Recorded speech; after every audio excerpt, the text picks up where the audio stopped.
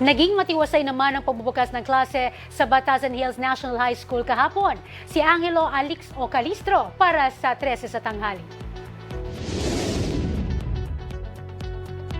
Sinalubong ng drum and lyre band ang mga estudyante ng Batasan Hills National High School bilang hudyat na pagbubukas ng klase para sa bagong school year. Alas 5 pa lang ng umaga ay binuksan na ang mga gate ng paaralan upang maagang makapasok ang mga mag-aaral at maiwasan ang pagsisiksikan habang papalapit ang oras ng klase. Ayon sa pamunuan ng paaralan, inaasahang aabot sa mahigit 15,000 ang kabuang bilang ng papasok ngayong taon. Dahil dito, pinalakas nila ang mga hakbang para sa maayos, ligtas at organisadong pagbubukas ng klase. Katunayan, upang matugunan ang malaking population ng mag-aaral, ipinatutupad ang 2 shift ng klase. Magsisimula ng pang-umagang sesyon mula alas 6 ng umaga hanggang alas 12 ng tanghali. Habang ang panghapon naman at panggabing klase ay mula 1:00 ng hapon hanggang alas 7 ng gabi. Layunin itong matiyak na lahat ng estudyante ay magkakaroon ng sapat at komportableng espasyo para sa pagkakatuto. Samantala, mahigpit din ang pinatupad na seguridad sa paligid ng paaralan. Nagtayo ang Philippine National Police at MMDA ng mga assistance desk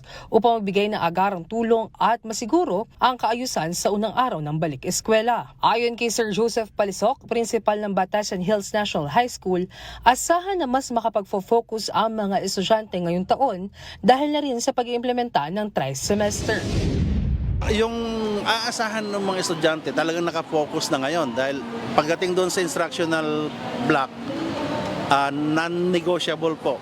So hindi sila pwedeng i-pull out, hindi nila pwedeng sabihin sila ay may training, so tuloy-tuloy po yung klase noon. Sa kabila ng inaasahang pag-igsa ng mga mag-aaral, naging maayos, ligtas ang pagsimula ng klase sa Batasan Hills National High School sa tulong ng iba yung paghahanda ng pamunuan ng paaralan at mga katuwang na ahensya. Para sa totoong balita sa Bagong Pilipinas, Angelo Calixtro ng IBC News para sa 13 sa tanghali ng Congress TV.